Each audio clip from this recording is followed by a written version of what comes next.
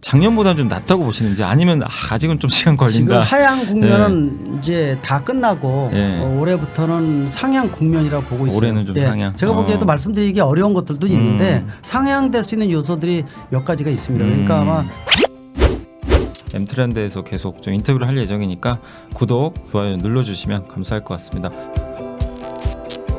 네, 안녕하세요. 염승환 이사입니다. 자, M트렌드 구독자 여러분, 그동안 좀 잘 지내셨나요? 그 CES 2022가 이제 막을 내렸잖아요. 그래서 거기서 이제 많은 또 보고서도 쏟아져 나왔고, 유튜브 영상도 많이들 보셨을 거라고 좀 짐작을 하는데, 저도 좀 궁금한 것들이 좀 많아서 이번에 CES 2022에서 우리가 어떤 또 변화들이 생겼는지 그런 것들을 좀 알면 또 당연히 투자에도 도움이 될 수 있기 때문에 저희가 이제 이쪽 분야에서 그래도 가장 또 전문가분을 좀 모셔봤습니다. 뭐 M트렌드에 자주 나오시는 분이시죠. 저희 대림대학교의 김필수 교수님 이제 옆에 나와 계십니다. 교수님 안녕하세요. 네, 안녕하세요. 네, 새해 복 많이 받으시고. 네, 복 많이 받으시고요. 네, 그 교수님 보시기에 이제 그래도 이제 우리가 좀 주목할 건 현대차잖아요. 그렇죠. 네, 현대차가 보니까 뭐 메타모빌리티 얘기도 하고 그 정의성 회장이 막 이 그 로봇계 있잖아요. 같이 예, 그렇죠. 끌고 막 오고 스팟하고 같이 이렇게 움직여서 개 한 마리 키우시죠. 이런 얘기 나오지 않습니까? 근데 이번에 좀 어떻게 보셨어요? 현대차가 좀 호평 받았나요? 저는 전반적으로? 굉장히 호평을 많이 받았습니다. 그리고 러브콜도 많이 받고 있어요. 정의선 회장 체제 한 14~15개월 정도 됐습니다. 오늘 15개월 정도 됐는데 굉장히 잘한다는 게 뭐냐면 융합을 굉장히 잘하고요. 융합을. 예, 그리고 저가의 동침 안 가립니다. 그리고 능력 있는 사람 수요를 해서 이 안에 내부 구조도 획기적으로 많이 바꾸죠. 그래서 작년 말에도 뭐 이 남행연구소를 비롯해서 미래 지향조로 바꿨는데 CES 2020 때 네네. 그때 아마 UAM 가지고 나왔었죠. 네, 맞아요. 도심의 항공 네. 모빌리티. 이번에는 로봇을 가지고 나왔습니다. 그러니까 네. 몇 년 동안에 차는 전시를 하나도 안 했어요.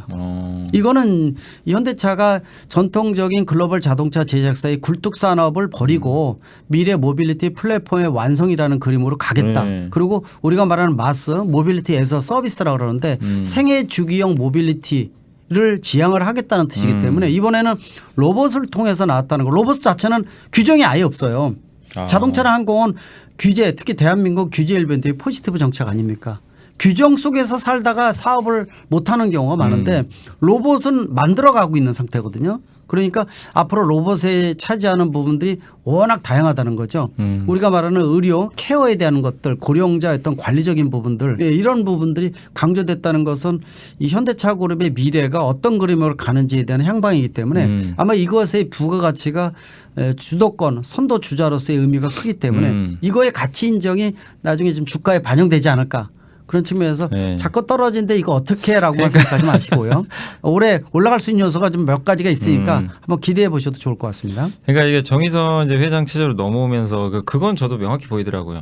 예전에는 이제 자동차 하나만 보고 달려왔던 기업이라면 이제는 확실히 뭔가 이제 분류도 했지만 자동차를 중심으로 해서 이걸 확장을 하는데 거기에 또 필요한 게 역시 로봇도 있고 UAM도 있기 때문에 뭐 잘 지금 하고 있는 것 같아요. 근데 이제 보스턴 다이내믹스를 인수를 했잖아요. 근데 교수님 보시기에는 그때 1조 원 가까이 주고 인수를 했던 것 같은데 지금 시간이 좀 지났는데 현재까지 그림에서 1조 원을 적정했는지, 그리고 저는 제일 인상이 나왔던 게 메타모빌리티라고 현대차가 이제 싱가포르에 이제 공장을 짓는다고 하는데 여기 공장이 이제 로봇이 있고 한국에 있는 근로자는 메타버스 환경이 딱 들어가서 가상 공장이죠. 그렇죠? 여기서 뭔가 이상한데 버튼 하나 누르면 이 로봇이 그 싱가포르 공장에 있는 로봇이 알아서 고쳐주고. 맞습니다. 이게 로봇하고 연결되는 거잖아요. 그러니까 결국에는 이게 공장까지 연결이 짓는다는 거는 이게 뭔가 생산 효율하고도 좀 관련이 있는 것 같긴 한데, 그러니까 로봇을 그냥 이제 뭐 사람과 같이 있는 로봇이 아니라 스마트 팩토리로도 좀 활용을 하려는 것 같긴 한데 보스턴 다이내믹스의 어떤 이제 그 이런 그림들을 보면은 인수를 제가 봤을 때는 좀 잘한 것 같아요. 뭔가 적용을 하는 것 같은데 교수님 좀 어떻게 좀 보고 계세요? 지금 현재 그림은 잘 돼가고 있는 건가요? 제가 보기에는 가속도가 높아지고 있다 이렇게 보고 있습니다. 문제는 보스턴 다이내믹스가 R&D 회사라는 겁니다. 그러니까 돈을 벌 줄 몰라요. 기술은 좋은데 그 스팟이라는 개도 가격이 대량 생산하는 게 아닌데 개 한 마리가 8천만 원이거든요. 8천만 원 절대 못 사죠. 8천만 원. 네, 근데 한 2천만 원 아이고. 정도까지 떨어진다 그러면 얘기는 틀려지죠. 음. 현대차는 아까 말씀드린 대로 상용화, 상품화시키는 과정은 노하우가 굉장히 많습니다. 보스턴 다이나믹스의 로봇 기술을 접목을 하게 되면은 융합적인 제품이 많이 나올 수 있다는 거죠. 그래서 올해 말에 판매되는 로봇 중에서 스트레치라는 물류 로봇이 있어요. 네. 이런 모델을 하나하나 양산형으로 나오면서 점차 이 보스턴 다이나믹스의 기술을 현대차의 기술과 융합하는 제품들이 본격화된다고 보시면 돼요. 어쨌든 이제 보스턴 다이내믹스에 인수한 그 분명한 목적들이 이번에 또 저도 확인이 된 것 같아서 네. 되게 좀 기대가 되고 가장 이슈가 됐던 건 또 자율주행 이슈가 네네. 있잖아요. 그래서 연초부터 좀 자율주행 관련 기업들의 주가가 뜨겁고 사실 LG그룹이 요새 또 막 갑자기 막 움직이기도 하는데 네. 어쨌든 이제 현대차도 자율주행의 이제 중심이고 올해 뭐 서울에서도 레벨 3인가 뭐 나온다고 하고 내년에는 제가 기사를 보니까 미국 라스베가스 쪽에서 레벨 4로 나온다고는 하는데 아이오닉 5가 네. 근데 지금 좀 어때요? 지금 테슬라가 있고 어쨌든 이제 완성차 업체 중에는 제가 거의 한 회사 별로 없는 것 같은데 현대차가 지금 자율주행 쪽에서는 좀 평가를 어떻게 받고 있는지 좀 궁금하거든요. 일반적으로 대한민국의 자율주행 관련 기술은 선진국 대비해서 약 3년 정도 뒤떨어져 있다. 이런 3년 보편적인 예. 평가를 내리고 있습니다. 그런데 그런 부분들을 극복하기 위해서는 이 라이다 센서 같은 이 하드웨어적인 부분들도 중요하지만 이걸 융합시켜서 3D 솔루션 소프트웨어가 굉장히 중요하거든요. 네. 이 노하우가 많이 필요한데 우리나라는 소프트웨어가 좀 약해요. 약해. 인공지능도 약합니다. 이게 이제 가미가 돼야 되는데 현대차 입장에서는 그래서 가장 노하우를 많이 갖고 있는 앱티브하고 앱티브. 모셔널이라는 합작 회사를 만들었는데 여기서 나오는 자율주행 기술의 완성도가 굉장히 뛰어나요. 그래서 아이오닉 5 그 로보택시죠. 네네, 아이오닉 로보택. 5를 기반으로 로보택시를 아마 올해 말부터 본격적으로 LA 쪽, 뭐 산타모니카 쪽이라든지 이런 쪽에다가 구현을 하겠다라는 건데 완성도가 상당히 뛰어나기 때문에 기대를 하셔도 좋을 것 같아요. 그래서 아까 3년의 격차가 최근에 들어서 예전에 4년이라는데 이게 굉장히 좁아지고 있어요. 네. 그러니까 완성도가 좋아지고 있다는 거죠. 자율주행 쪽도 지금 현대차가 좋은 좀 모멘텀을 좀 보여주고 있어서 실제로 이제 올해 말에 나오는 게 어떤 또 퍼포먼스를 보여줄지 한번 기대감을 가지시면 좋겠고 이번에 또 CES2022에서 보니까 그 현대모비스도 그렇고 저번에 LG전자도 보니까 그러니까 자동차인데 이제 자율주행으로 가게 되면 네. 사람이 할 일이 없잖아요. 없죠. 그걸 거주지로 만들어 놨더라고요. 그러니까 보면 이제 그런 거 보면서 느낀 게 이제 차가 하나에 이제는 진짜로 뭐 그냥 차에서 우리가 운전을 하는 게 아니라 운전대를 놨을 때 그 산업 이것도 되게 좀 많이 바뀔 것 같긴 한데 굉장히 크죠. 어떻게 좀 보겠어요? 앞으로 미래 모빌리티는 움직이는 가전제품, 움직이는 생활공간, 바퀴 달린 휴대폰 하나 첨가한다면은 움직이는 공연장. 공연장. 이 움직이는 공연장의 개념이 움직이는 엔터테인먼트의 소니카가 포인트를 잡겠다는 거죠. 그러니까 이런 것들이 융합 제품이 되는 거니까 먹거리를 누가 이걸 잡아먹을 것인지에 대한 이게 바로 이제 주가를 올리는 가장 중요한 요소가 되지 않을까 이렇게 보고 있습니다. 그러니까 진짜 경계가 없어지는 것 같고, 네. 그러니까 자동차가 그냥 기존에 그냥 이제 기계공학이 아닌 것 같고, 아니에요. 완전 전자제품 바뀌어서 그걸 활용해서 할 수 있는 게 정말 많은데 좀 현대차 주가 보면 좀 기분이 우울해요, 사실. 네. 근데 CS 보면서 기분은 좀 좋았던 건 뭐냐면 말로만 하는 조직이 이제 아니구나. 뭔가 진짜 바뀌어가는구나. 그걸 저도 느낄 수 있어서 너무 좋았던 것 같고. 그리고 이제 이제 CES에서도 계속 이제 나왔던 것 중에 하나가 또 반도체 얘기도 계속 나오던데 네. 반도체가 이제 작년에 공급이 부족해서 내재화 얘기도 자꾸 나오는 것 같아요. 테슬라는 직접 만드는 것 같고. 네.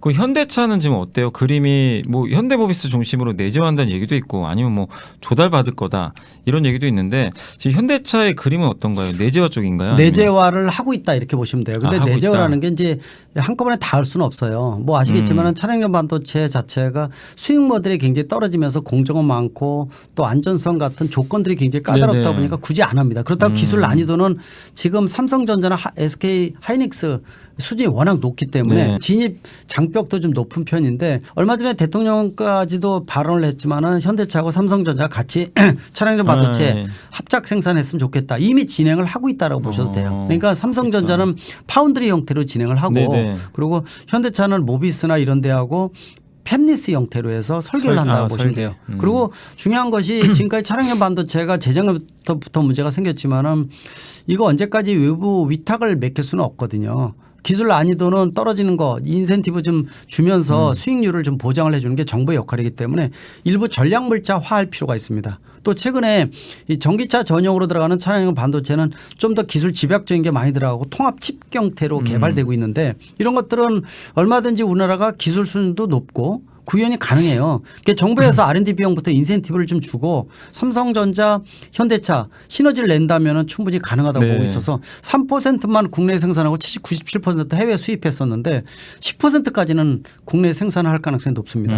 그 10%는 MCU 같은 핵심적인 고부가가치 차량용 반도체죠. 이런 것들은 국내에 생산하고 일반적으로 쓰는 보편적인 칩 같은 경우에는 해외 수입 다변화시키고 재고 물량 좀 늘리고 작년에 도요타가 선전한 이유가 차량용 반도체 칩을 재고 물량을 옛날보다 한 2배로 늘렸거든요. 그게 통한 거죠. 통했네요. 그래서 테슬라는 독자 생산하고 그러다 보니까 작년에 차량용 반도체 부족하지 않은 두 개의 기업이 테슬라하고 도요타거든요. 앞으로는 현대차가 전기차가 훨씬 더 내연기관보다 한 3배, 4배 차량용 반도체가 더 들어가고요. 네. 또 핵심적인 부분들이 많기 때문에 그래서 아마 본격화하고 있기 때문에 물론 이게 내재화에 대한 것들은 시너지가 나오려면 3, 4년이 걸려요.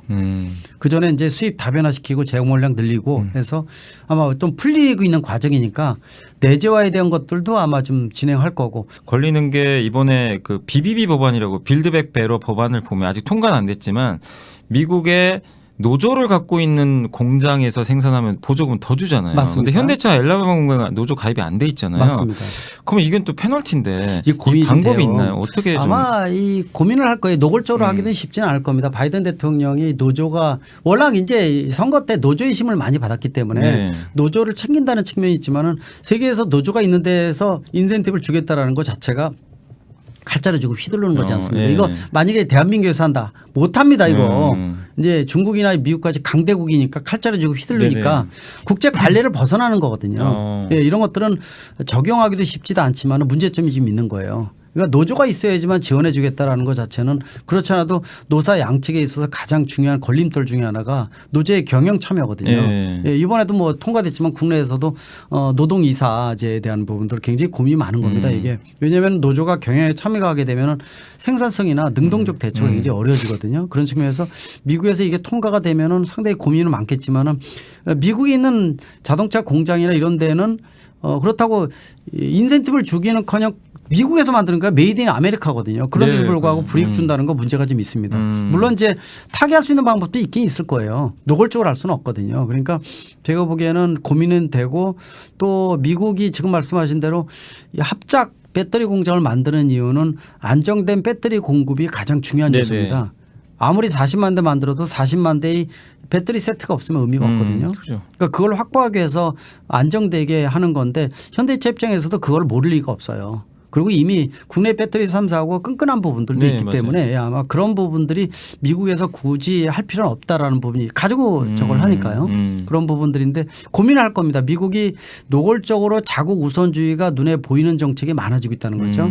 또 미중 간의 경제 갈등이 심해지면서 우리도 올해는 양다리 작전에서 어떻게 할 것인지에 대한 고민을 네. 좀 해야 될 거고 또 미국 하게 되면 자동차의 중심이고 또 아직까지는 유럽이 전기차 생산을 주도를 하고 있지만은 네. 미국이 2, 3년 내에는 유럽을 넘어서 뒤집습니다. 예, 이미 뭐 올해부터 바이든 대통령이 올인하고 있는 부분들이 있어서 아마 2, 3년 내에 세계 최고의 시장으로 떠오르지 네. 않을까 이렇게 보고 있어서 미국 시장을 승부를 보지 않을 수가 없어요. 현대차 그룹 입장에서. 그래서 아마 배터리 공급이라든지 또 자국 공장에서의 노조 문제들 또 여러 가지가 지금 있지 않습니까? 이런 것들을 극복을 할 수 있을 것으로 보고 있고 노골적으로 하기는 어렵거든요. 왜냐하면 야 미국에다 공장 지어서 미국에다 공장 지었더니 또 토종기업하고 차별화시킨다는 것 자체가 중국하고 다를 바가 없잖아요. 중국이 아예 노골적으로 배터리 쪽은 토종기업 아니면 아예 인센티브를 주지는 않았기 때문에 한계가 있었는데 그런 측면에서 보게 되면은 고민은 좀 돼요.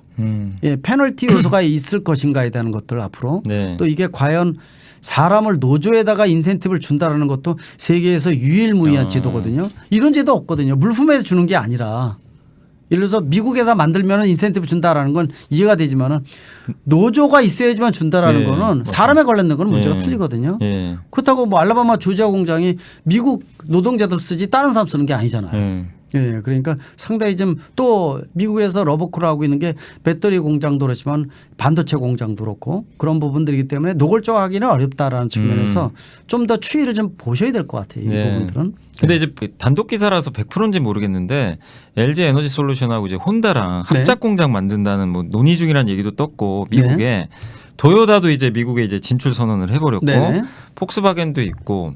근데 미국이 이제 전쟁터가 될 것 같은 약간 느낌이 드는데 배터리는 이제 그런 대로 한다고 치는데 현대차가 저희 좀 그게 좀 궁금하더라고요. 어쨌든 이제 아직 증설 결정은 못했잖아요 미국 네, 쪽에. 맞습니다. 근데 한다는 얘기는 자꾸 들리긴 하는데 증설 쪽으로 보세요. 그러니까 증설로 갑니다. 제가 보기에는 신규는 아니고 신규하기는 처음부터 지금 작년부터 아이오닉 5부터 이제 공급을 하기 시작을 했는데 물량에 따라서 폭발적으로 늘어나게 되면 라인을 그 바꾼다든지 라인 증설은 한계가 있으면은 또 질 수도 있겠죠.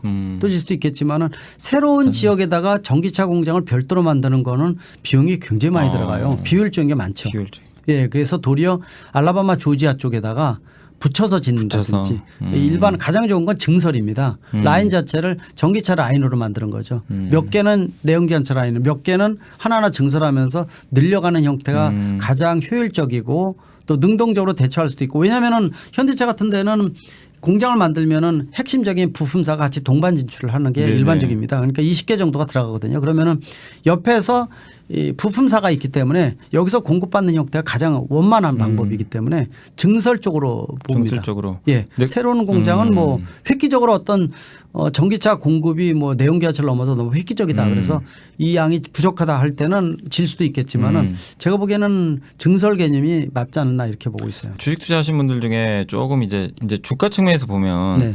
현대차가 이제 못 가는 이유 중에 하나가 의사 결정이 좀 늦어서 투자들이 좀 꺼려하는 것 같다. 왜냐하면 포드도 막 지금 좀 공격적인 얘기를 하고 네, 있잖아요. 그렇죠. GM도 그렇고 그 노조 문제는 없는 건가요? 혹시 막 이렇게 미국 공장으로 이렇게 증설을 한다거나 했을 때 그런 것도 있어요. 왜냐하면은 국내에서 이번에 노조위원장이 어떻게 보면은 그 강성이 뽑혔지 않습니까? 예, 그래서 이런 부분들은 굉장히 많아요. 그리고 공약 자체가 뭐 정년 연장을 하겠다. 전기차 생산 라인을 국내에서 유지를 하겠다. 뭐 이런 거 있죠. 사실 수용하기 어려운 공약들을 내걸고 거기다가 지금 기아노조하고 연합을 해서 같이 요구를 같이. 하겠다는 그림이 나오고 있어요. 이런 것들은 굉장히 핸디캡이죠. 그렇지 않아도 국내가 지금 현재 정부가 노동자 플랜들리 정책에다가 노골적인 부분이 많거든요. 그러니까 이 경영하는 입장에서는 능동적으로 대처하기가 굉장히 어려운 부분이 많을 수밖에 없는데 결국 이렇게 하면 국내 산업은 공동화가 되어버릴 수밖에 없어요. 제가 이제 얘기하는 것도 뭐냐면 도요타가 렉서스를 만들면서 고급 프리미엄을 만들면서 일반 도요타 브랜드가 세계 각국의 공장 현지에서 생산하는 것을 공급을 하고 렉서스는 일본 내에서만 만들어서 부가가치가 높으니까요. 예. 그래서 그런 것들을 고수를 했는데 그게 지금 도요타도 무너지기 시작을 했거든요. 못 견딘다는 겁니다.